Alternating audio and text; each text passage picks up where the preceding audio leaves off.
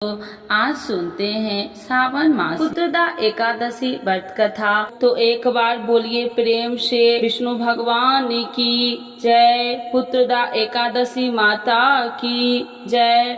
लक्ष्मी माता की जय। युधिष्ठिर ने कहा, हे केशव, श्रावण मास के शुक्ल पक्ष की एकादशी का क्या नाम है और क्या महात्म्य है, कृपा आप कहिए।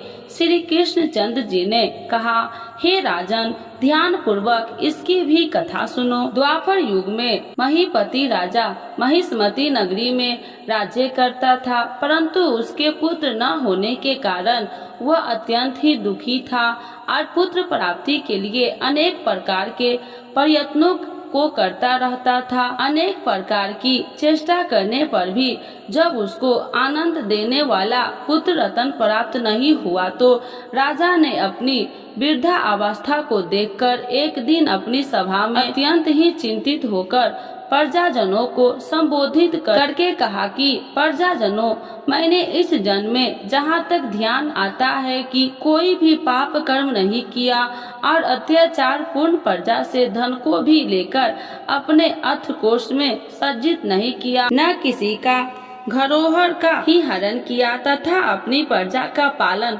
पुत्र के सरदे कर रहा हूँ। धर्म कार्य के द्वारा पृथ्वी को भी अपने वश में कर रखा है। अत्यंत दुष्ट कार्य करने वाले को दंडित किया है और शिष्ट शत्रुओं के साथ भी मैंने उत्तम से उत्तम व्यवहार किया है, परंतु नहीं मालूम किस अज्ञात कारण के विषय से मुझे पुत्र रत्न की प्राप्ति नहीं हुई। इस पर आप लोग ध्यान पूर्वक विचार करिए। इस प्रकार राजा के अर्थ वचन को सुनकर प्रजागण और पुरोहित आपस में बात करके राजा के कल्याण के निमित्त वन को गए और मुनियों के आश्रम को ढूंढते हुए इधर उधर वन में भ्रमण करने लगे। उसी वन में उन्होंने अत्यंत ही घोर तपस्या करते हुए निराहार जिज्ञात्मा जित क्रोध मुनि का दर्शन किया, जो कि सर्वधर्म त्वम तेवा एवं सर्वशास्त्र प्रागंत दीर्घायु महात्मा लोमेश थे, जिनके की कल्प के अंत में केवल लोमेश ही गिरते हैं। इसी कारण उनका नाम लोमेश पड़ गया। इस प्रकार उन त्रिलोकी महात्मा लोमेश को देखकर सब लोग अत्यंत ही हर्षित होकर निकट जा यथोचित रूप से प्रणाम करके उनके पास स्थिर हो गए। लोमेश मुनि ने सब लोगों को देखकर यह प्रश्न किया कि तुम लोग यहाँ पर किस कारण से आए और यहाँ पर क्यों स्थिर हो गए हो। तब सब मनुष्य ने कहा कि हे महाराज, हम सब लोग अपने कष्ट के निमित्त होने के लिए आपके शुभ स्थान पर आए हैं। यह कष्ट यह है कि हमारा महिजीत नामक राजा अत्यंत ही धर्मात्मा है, परंतु वह पुत्रहीन है। इस दुख से उसे अत्यंत ही व्याकुल देखकर आपके शरण में तपस्या करने के हेतु हम सब एक चित्र हुए हैं। राजा के अहोभाग्य से हम सब लोगों को आपका दर्शन प्राप्त हुआ है, क्योंकि महात्मा एवं मुनि के दर्शन मात्र से ही मनुष्य के कार्य सिद्धि हो जाते हैं। अस्तु, अब आप हम लोगों के ऊपर कृपा दृष्टि कर इस प्रकार का उपदेश करिए कि जिससे हमारे धर्मात्मा राजा का कार्य सिद्ध होकर कल्याण होवे। प्रजाजनों की इस प्रकार की बातें को सुनकर क्षण भर तक ध्यान मग्न होकर राजा ने पूर्व जन्म के वृत्तांत को समझकर लोमेश ने कहा कि यह राजा पूर्व जन्म के अत्यंत ही घोर पापी और महादरिद्र जाति का वैश्य था। अपने व्यवसाय हेतु इस नगर से उस नगर में, उस नगर से दूसरे नगर में इसी प्रकार बराबर भ्रमण किया करता था। एक समय की बात है कि ज्येष्ठ मास के शुक्ल पक्ष की एकादशी को मध्यान्ह के समय प्यास से अत्यंत व्याकुल होकर जल के हेतु कोई उत्तम स्थान को ढूंढने लगा।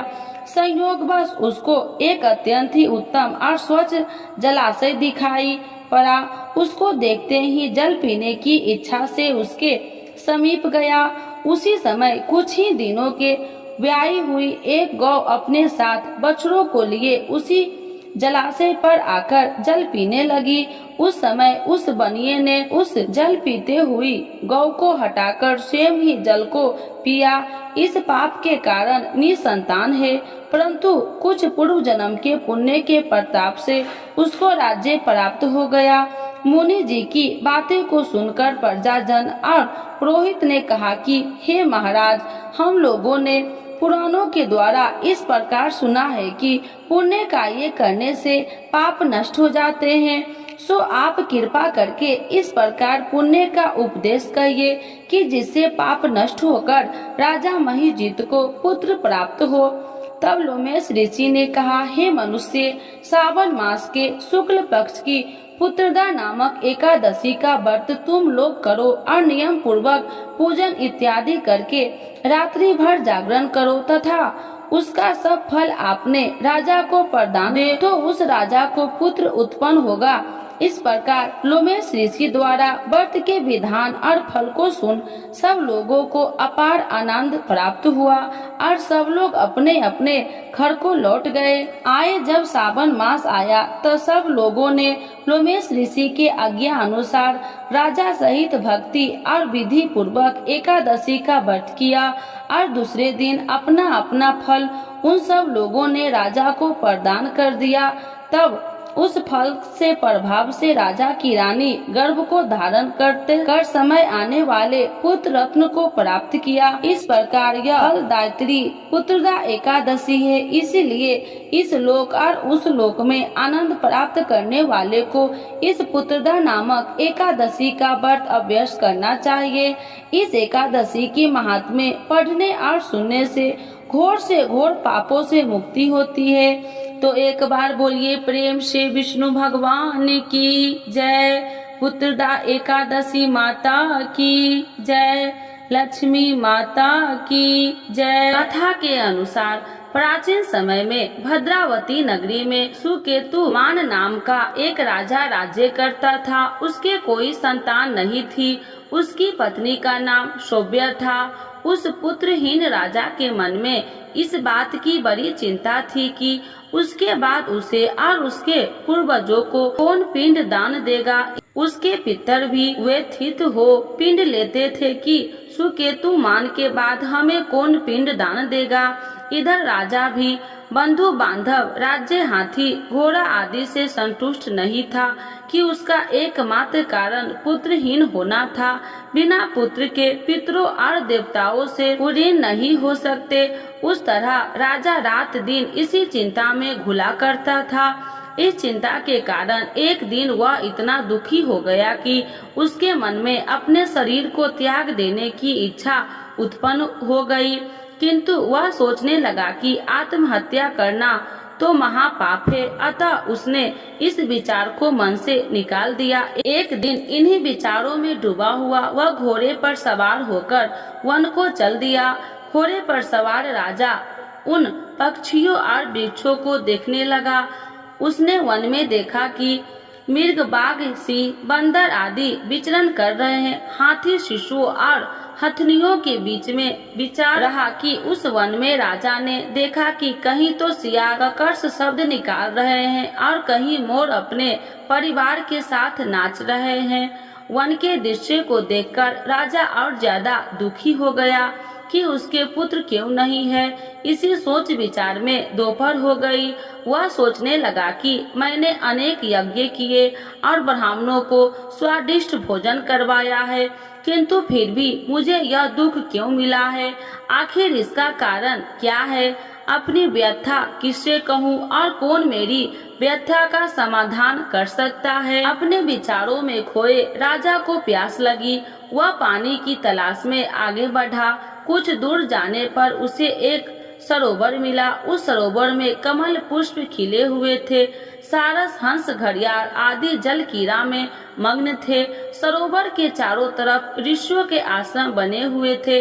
अचानक राजा के दाहिने अंग खड़कने लगा। इसे शुभ सगुन समझकर राजा मन में प्रसन्न होता हुआ घोड़े से नीचे उतरा और सरोवर के किनारे बैठे हुए ऋषियों को प्रणाम करके उनके सामने बैठ गया। ऋषि वर बोले, हे राजन, हम तुमसे अति प्रसन्न है। तुम्हारी जो इच्छा है हमसे कहो। राजा ने प्रश्न किया कि हे वीरपो, आप कौन है? और किस लिए यहाँ रह रहे हैं। ऋषि बोले, राजन, आज पुत्र की इच्छा करने वाले को श्रेष्ठ पुत्र प्रदान करने वाली पुत्रदा एकादशी है। आज से 5 दिन बाद माघ स्नान है और हम सब इस सरोवर में स्नान करने आए हैं। ऋषि की बात सुन राजा ने कहा, हे मुनियों, मेरा भी कोई पुत्र नहीं है। यदि आप मुझ पर प्रसन्न है तो कृपा कर मुझे एक पुत्र का वरदान दीजिए। ऋषि बोले, हे राजन, आज पुत्रदा एकादशी है, आप इसका उपवास करें। भगवान श्री हरि की अनुकंपा से आपके घर अवश्य ही पुत्र होगा। राजा ने मुनि की बचने के अनुसार उस दिन उपवास किया और द्वादशी को व्रत का पारण किया और ऋषि के प्रणाम करके वापस अपनी नगरी आ गया। भगवान श्री हरि की कृपा से कुछ दिनों बाद ही रानी के गर्भ धारण और 9 माह के पश्चात उसने एक तेजस्वी पुत्र उत्पन्न हुआ। यह राजकुमार बड़ा होने पर अत्यंत वीर, धनवान, यशस्वी और प्रजा पालक बना। श्री कृष्ण ने कहा, हे पांडुनंदन, पुत्र की प्राप्ति के लिए पुत्रदा एकादशी का उपवास करना चाहिए। पुत्र प्राप्ति के लिए इससे बढ़कर दूसरा कोई व्रत नहीं है। जो कोई व्यक्ति पुत्रदा एकादशी के महात्म्य को पढ़ता व श्रवण करता है तथा विधान अनुसार इसका उपवास करता है, उसे सर्वगुण संपन्न पुत्र रत्न की प्राप्ति होती है। श्री हरि की अनुकंपा से वह मनुष्य मोक्ष को प्राप्त होता है। तो एक बार बोलिए प्रेम से विष्णु भगवान की जय, लक्ष्मी माता की जय, पुत्रदा एकादशी माता की जय। इस कथा के बिना अधूरी है एकादशी की कथा। तो सुनते हैं तुलसी माता की कथा। तो एक बार बोलिए प्रेम से तुलसी माता की जय, श्री कृष्ण भगवान की जय। एक बुढ़िया माई तुलसी जी को सींचती और कहती कि हे तुलसी माता, सत की दाता, मैं तेरा बिटला सींचती हूँ, मुझे बहू दे, पीताम्बर की धोती दे, मीठा मीठा घास दे, बैकुंठ में वास दे, चटक की चाल दे, पटक की मौत दे, चंदन का काठ दे, रानी सा साज दे, दाल भात का भोजन दे, एकादशी की मौत दे, कृष्ण जी का कंधा दे।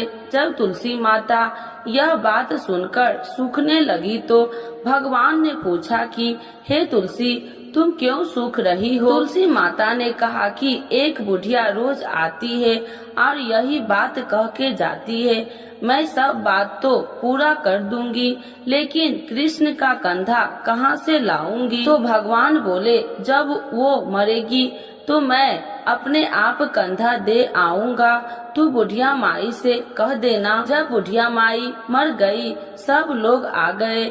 जब माई को ले जाने लगे तो वह किसी से न उठी। तब भगवान एक 12 बरस के बालक का रूप धारण करके आए। बालक ने कहा, मैं कान में एक बात कहूँगा तो बुढ़िया माई उठ जाएगी। बालक ने कान में कहा, बुढ़िया माई मन की निकाल ले, पीताम्बर की धोती ले, मीठा मीठा ग्रास ले, बैकुंठ का वास ले, चटक की चाल ले, पटक की मौत ले, कृष्ण जी का कंधा ले। यह सुनकर बुढ़िया माई हल्की हो गई। भगवान ने कंधा दिया और बुढ़िया माई को मुक्ति मिल गई। हे तुलसी माता, जैसे बुढ़िया माई को मुक्ति दी वैसे सबको देना। तो एक बार बोलिए प्रेम से तुलसी माता की जय, श्री कृष्ण भगवान की जय। एकादशी के दिन यह कथा जरूर सुने। एक लपसी था, एक तपसी था। तपसी वैसा भगवान की तपस्या में लीन रहता था। लपसी रोजाना 1.25 सेर की लापसी बनाकर भगवान का भोग लगाकर जीम लेता था। एक दिन दोनों लड़ने लगे।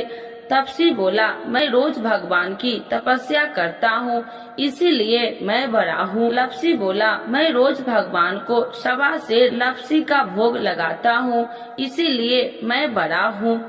नारद जी वहाँ से गुजर रहे थे। दोनों को लड़ता देखकर उनसे पूछा कि तुम क्यों लड़ रहे हो। तपसी ने खुद के बड़ा होने के कारण बताया और लपसी ने अपना कारण बताया। नारद जी बोले, तुम्हारा फैसला मैं कर दूंगा। दूसरे दिन लपसी और तपसी नहाकर अपनी रोज की भक्ति करने आए तो नारद जी ने छुप कर 1.25 करोड़ की एक एक अंगूठी उन दोनों के आगे रख दी। तपसी की नजर जब अंगूठी पर पड़ी तो उसने चुपचाप अंगूठी उठाकर अपने नीचे दबा लिया। लपसी की नजर अंगूठी पर पड़ी लेकिन उसने ध्यान नहीं दिया।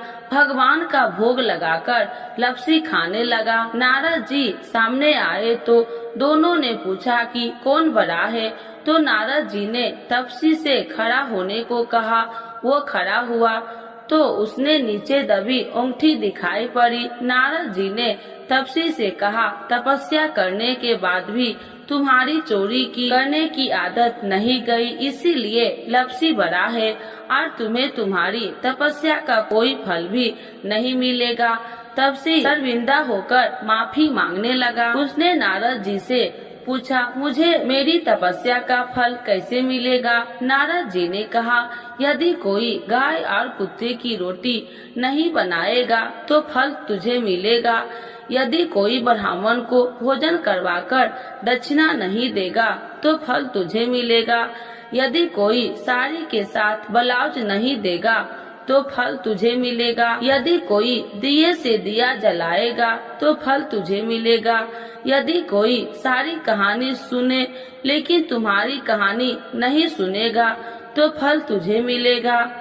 उसी दिन से हर व्रत कथा कहानी के साथ लपसी तपसी की कहानी भी सुनी और कही जाती है। तो एक बार बोलिए प्रेम से एकादशी माता की जय। आज सुनते हैं पुत्रदा एकादशी 2024 डेट।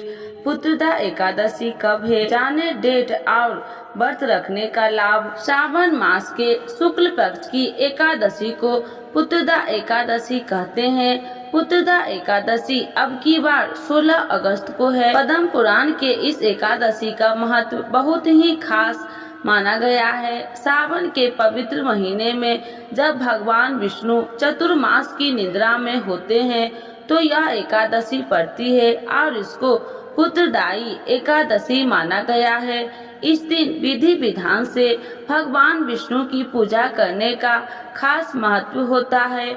भगवान विष्णु की पूजा से आपकी सभी मनोकामनाएं पूरी होती है।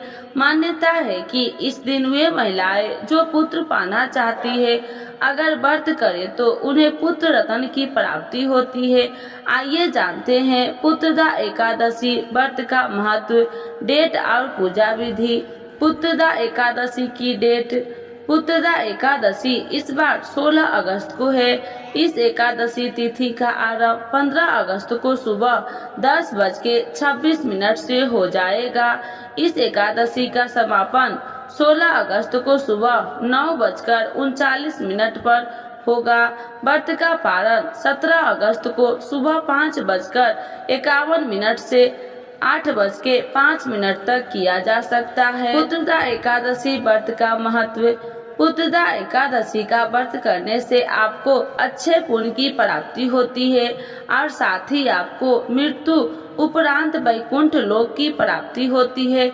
कहते हैं इस व्रत को करने से आपका घर धन्य धान्य से भर जाता है। इस एकादशी का व्रत करने से आपको नारायण के साथ माँ लक्ष्मी की भी विशेष कृपा प्राप्त होती है। इस व्रत के पुण्य प्राप्त से राजा महिजित महिष्मति को पुत्र रत्न की प्राप्ति हुई थी, इसीलिए इस एकादशी का नाम पुत्रदा एकादशी है। इस व्रत के प्रताप से आपकी खाली झोली भी भर सकती है।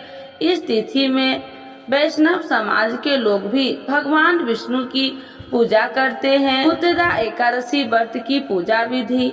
पुत्रदा एकादशी के दिन सुबह जल्दी उठकर स्नान कर ले और घर के मंदिर को गंगा जल छिड़क कर पवित्र कर ले। इसके बाद भगवान विष्णु और माँ लक्ष्मी की प्रतिमा को लकड़ी की चौकी पर पीला कपड़ा बिछाकर उस पर स्थापित कर ले।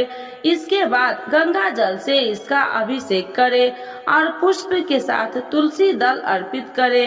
अगर आपको व्रत रखना है तो व्रत करने के संकल्प ले और यदि व्रत नहीं करना है तो पूजा करके आहार ग्रहण कर सकते हैं। पूजा के बाद आरती करे और भगवान विष्णु को पंचामृत का भोग लगाए। भगवान के भोग में तुलसी पत्ता जरूर शामिल करे। तुलसी बिना भगवान विष्णु भोग नहीं ग्रहण करते हैं। तो एक बार बोलिए प्रेम से विष्णु भगवान की जय। पुत्रदा एकादशी माता की जय। लक्ष्मी माता की जय। आप जानेंगे सावन पुत्रदा एकादशी के दिन करे ये उपाय, चमक उठेगा संतान का भाग्य। पंचांग के मुताबिक सावन माह के शुक्ल पक्ष की एकादशी तिथि को सावन पुत्रदा एकादशी के नाम से जाना जाता है। वही संतान के लिए साल में 2 बार पुत्रदा एकादशी पड़ती है, एक पौष माह के और एक सावन माह में। इस एकादशी तिथि के दिन भगवान विष्णु के साथ भगवान शिव की पूजा विधिवत रूप से करने का विधान है। यह व्रत विशेष रूप से उन लोगों के लिए महत्वपूर्ण है जो संतान प्राप्त करने की इच्छा रखते हैं। अब ऐसे में संतान पुत्रदा एकादशी के दिन कुछ ऐसे उपाय है जिसे करने से संतान का भाग्य चमक सकता है। आइए जानते हैं संतान सुख की प्राप्ति के लिए करे ये उपाय। सावन पुत्रदा एकादशी के दिन भगवान विष्णु की पूजा करने का विधान है, इसीलिए इस दिन पूजा करते समय आप उन्हीं के अवतार भगवान श्री कृष्ण के संतान गोपाल मंत्र का जाप करें। ऐसा माना जाता है कि यह बेहद चमत्कारी मंत्र है। इसके जाप करने से दंपति को संतान सुख की प्राप्ति होती है और सभी परेशानियां भी दूर हो जाती है। मंत्र ओम देवकी सुत गोविंद वासुदेव जगतपते देहि मैं तन्ने कृष्ण तोमामः शरणगतः। संतान की अच्छी सेहत के लिए करें ये उपाय। अगर आपके पुत्र की सेहत बार बार बिगड़ती है तो सावन पुत्रदा एकादशी के दिन भगवान विष्णु को तुलसी की माला अर्पित करें और इसके साथ ही भगवान शिव को 108 बेलपत्र की माला भी चढ़ाए। ऐसा करने से संतान की सेहत अच्छी रहेगी और भाग्य का भी साथ मिलेगा। कार्य क्षेत्र में सफलता प्राप्ति के लिए करें ये उपाय। सावन पुत्रदा एकादशी के दिन संतान की तरक्की के लिए विष्णु सहस्त्र नाम का पाठ करें। इसके अलावा आप इस दिन महामृत्युंजय मंत्र का जाप अभ्यास करें। ऐसा करने से संतान को कार्य क्षेत्र में सफलता मिलती है। भगवान विष्णु की कृपा प्राप्ति के लिए करें ये उपाय। अगर आप भगवान विष्णु का आशीर्वाद पाना चाहते हैं तो सावन पुत्रदा एकादशी के दिन ओम नमो भगवते नारायण मंत्र का कम से कम 108 बार जप करें। ऐसा करने से आपके ऊपर विष्णु जी की कृपा बनी रहेगी और भाग्य उदय भी होता है। एकादशी माता की आरती। जय एकादशी जय एकादशी जय एकादशी माता, विष्णु पूजा व्रत को धारण कर सकती मुक्ति पाता। ओम जय एकादशी जय एकादशी जय एकादशी माता, तेरे नाम गिनाऊं देवी भक्ति प्रदान करने, गण गौरव की देनी माता शास्त्रों में बरनी, तेरे नाम गिनाऊं देवी भक्ति प्रदान करनी, गण गौरव की देनी माता शास्त्रों में बरनी। ओम जय एकादशी जय एकादशी जय एकादशी माता, मार्गशीर्ष के कृष्ण पक्ष की उत्पन्ना विश्व तारिणी जन्मी, शुक्ल पक्ष में होए मोक्षदा मुक्दाता बन आई, मार्गशीर्ष के कृष्ण पक्ष की उत्पन्ना विश्व तारिणी जन्मी। शुक्ल पक्ष में होए मोक्षदा मुक्तिदाता बन आई। ओम जया एकादशी जया एकादशी जया एकादशी माता। पौष के कृष्ण पक्ष की सफला नामक है। शुक्ल पक्ष में होए पुत्रदा आनंद अधिक रहे। पौष के कृष्ण पक्ष की सफला नामक है। शुक्ल पक्ष में होए पुत्रदा आनंद अधिक रहे। ओम जया एकादशी जया एकादशी जया एकादशी माता। नाम सटतीला माघ मास में कृष्ण पक्ष आवे। शुक्ल पक्ष में जया कहावे विजय सदा पावे। नाम सटतीला माघ मास में कृष्ण पक्ष आवे। शुक्ल पक्ष में जया कहावे विजय सदा पावे। ओम जया एकादशी जया एकादशी जया एकादशी माता। विजया फाल्गुन कृष्ण पक्ष में शुक्ला आम्ल की। पाप मोचनी कृष्ण पक्ष में चैत्र महाबली की। विजया फाल्गुन कृष्ण पक्ष में शुक्ला आम्ल की। पाप मोचनी कृष्ण पक्ष में चैत्र महाबली की। ओम जया एकादशी जया एकादशी जया एकादशी माता। चैत्र शुक्ल पक्ष में नाम कामदा धन देने वाली।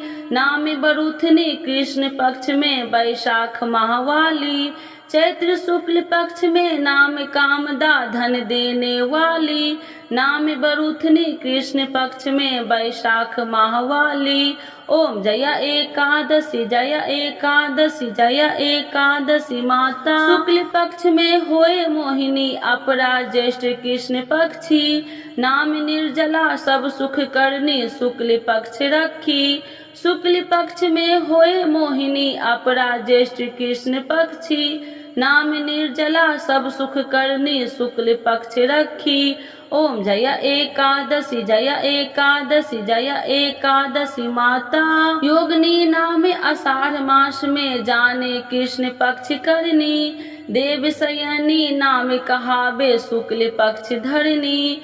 योगिनी नाम आषाढ़ मास में जाने कृष्ण पक्ष करनी। देव शयनी नाम कहावे शुक्ल पक्ष धरनी। ओम जया एकादशी जया एकादशी जया एकादशी माता। कामिका सावन मास में आवे कृष्ण पक्ष कहिए। सावन सुखला होए पवित्रता आनंद से रहिए। कामिका सावन मास में आवे कृष्ण पक्ष कहिए। सावन सुखला होए पवित्रता आनंद से रहिए। ओम जया एकादशी जया एकादशी जया एकादशी माता। आजा भाद्रपद कृष्ण पक्ष की परवर्तिनी शुक्ला। नाम इंदिरा आश्विन कृष्ण पक्ष में व्रत से भव सागर निकला। आजा भाद्रपद कृष्ण पक्ष की परवर्तिनी शुक्ला। इंदिरा आश्विन कृष्ण पक्ष में व्रत से भव सागर निकला। ओम जया एकादशी जया एकादशी जया एकादशी माता। पापा कुशाहे शुक्ल पक्ष में आप हरनहारी। रमा मास कार्तिक में आवे सुखदायक भारी। पापा कुशाहे शुक्ल पक्ष में आप हरनहारी। रमा मास कार्तिक में आवे सुखदायक भारी। ओम जया एकादशी जया एकादशी जया एकादशी माता। देवी उठाने शुक्ल पक्ष की दुख नाशक मैया। पावन मास में करो विनती पार करो नैया। देवी उठाने शुक्ल पक्ष की दुख नाशक मैया। पावन मास में करो विनती पार करो नैया। ओम जया एकादशी जया एकादशी जया एकादशी माता। परमा कृष्ण पक्ष में होती जन मंगल करनी। शुक्ल मास में होए पर्दिनी दुख दरिद्र हरनी। परमा कृष्ण पक्ष में होती जन मंगल करनी। शुक्ल मास में होए पर्वती दुख दरिद्र हरनी। ओम जया एकादशी जया एकादशी जया एकादशी माता। परमा कृष्ण पक्ष में होती जन मंगल करनी। शुक्ल मास में होए परवर्तिनी दुख दरिद्र हरनी। परमा कृष्ण पक्ष में होती जन मंगल करनी, शुक्ल मास में होए पर्दनी दुख दरिद्र हरनी। ओम जय एकादशी जय एकादशी जय एकादशी माता। जो कोई आरती एकादशी की भक्ति सहित गावे, जन गुरुता स्वर्ग का वास निश्चय वह पावे। जो कोई आरती एकादशी की भक्ति सहित गावे, जन गुरुता स्वर्ग का वास निश्चय वह पावे। ओम जय एकादशी जय एकादशी जय एकादशी माता। विष्णु पूजा व्रत को धारण कर शक्ति मुक्ति पाता, शक्ति मुक्ति पाता। तो एक बार बोलिए प्रेम से एकादशी माता की जय, विष्णु भगवान की जय, लक्ष्मी माता की जय।